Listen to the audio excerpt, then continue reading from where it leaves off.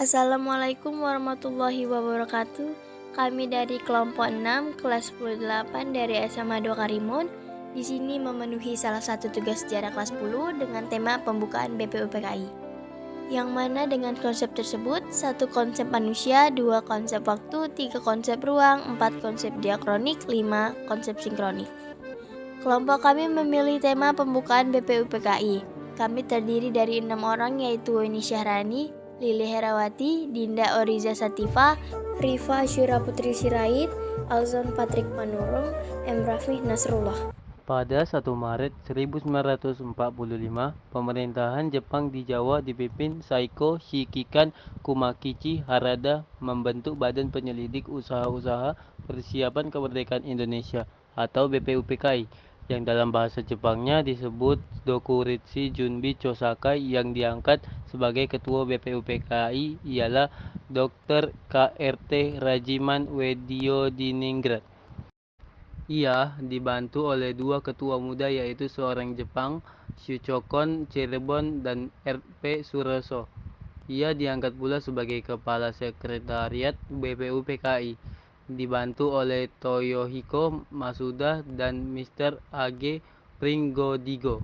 Anggotanya 60 orang ditambah 7 orang Jepang.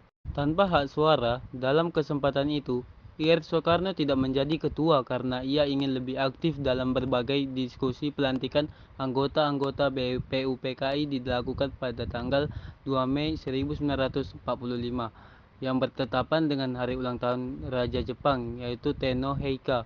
Pelantikan itu dihadiri oleh 2 pembesar Jepang yaitu Jenderal Itagaki dan Jenderal Yuichiro Najon.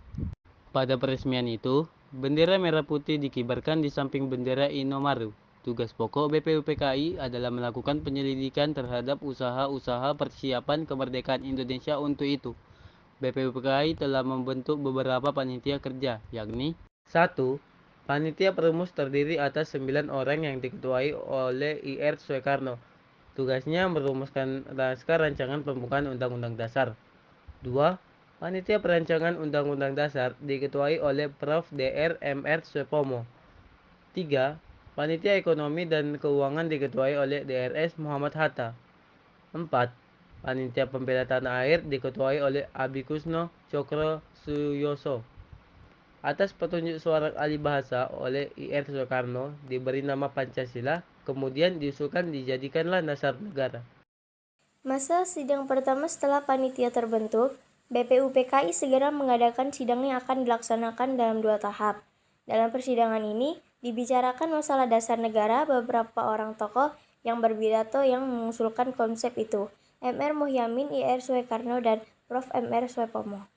Pada 29 Mei 1945, Mr. Muhammad Yamin berpidato dengan judul Asas dan Dasar Negara Kebangsaan Republik Indonesia.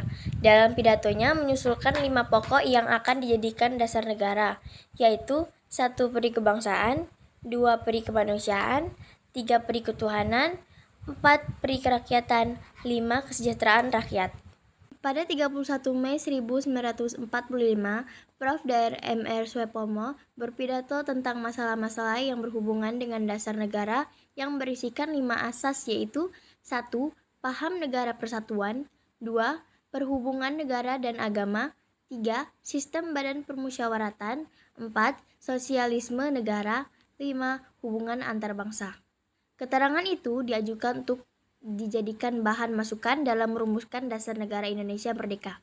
Nanti, pada tanggal 1 Juni 1945, Ir Soekarno sambil berbicara tentang dasar falsafah negara Indonesia merdeka yang juga terdiri atas 5 asas yaitu 1. Kebangsaan Indonesia, 2. Internasionalisme atau peri kemanusiaan, 3. Mufakat atau demokrasi, 4. Kesejahteraan sosial, 5. Ketuhanan yang Maha Esa. Dalam masa sidang tersebut, didapat kata sepakat mengenai dasar negara Indonesia. Setelah pembicaraan selesai, sidang berikutnya ditunda sampai bulan Juli. Sambil menunggu masa sidang berikutnya, maka 9 orang BPUPKI membentuk panitia kecil yang beranggotakan 9 orang. Panitia kecil atau yang disebut dengan panitia 9 tersebut terus bekerja keras merumuskan rancangan pembukaan Undang-Undang Dasar. Akhirnya, tugas itu terselesaikan pada 22 Juni 1945. dan hasil rumusannya disebut Piagam Jakarta atau Jakarta Charter sesuai dengan nama yang diberikan oleh Mr. Muhammad Yamin. Di dalam Piagam Jakarta alinea keempat, dirumuskan 5 asal falsafah negara Indonesia merdeka, yaitu Piagam Jakarta dengan beberapa perubahan terutama mengenai rumusan Pancasila, kemudian dijadikan pembukaan Undang-Undang Dasar 1945. Masa sidang kedua dalam sidang kedua ini, yang dibahas adalah rancangan Undang-Undang Dasar beserta pembukaannya. Panitia perancang Undang-Undang Dasar yang diketuai Ir Soekarno menyetujui bahwa pembukaan Undang-Undang Dasar diambil dari Piagam Jakarta. Untuk merumuskan undang-undang panitia perancangan, membentuk lagi panitia kecil yang diketuai oleh Prof. Dr. Hussein pada 14 Juli 1945. Ir Soekarno melapor hasil kerja perancang Undang-Undang Dasar kepada sidang, yaitu 1. Pernyataan Indonesia Merdeka. 2. Pembukaan Undang-Undang Dasar. 3. Undang-Undang Dasar atau batang tubuh. Akhirnya, sidang BPUPKI menerima bulat hasil kerja panitia itu. Setelah BPUPKI berhasil menyelesaikan tugasnya, maka 7 Agustus BPUPKI dibubarkan. Sekian video presentasi kali ini. Bila ada kata salah, mohon dimaafkan. Saya akhiri dengan wabillahi taufiq wal hidayah. Wassalamualaikum warahmatullahi wabarakatuh.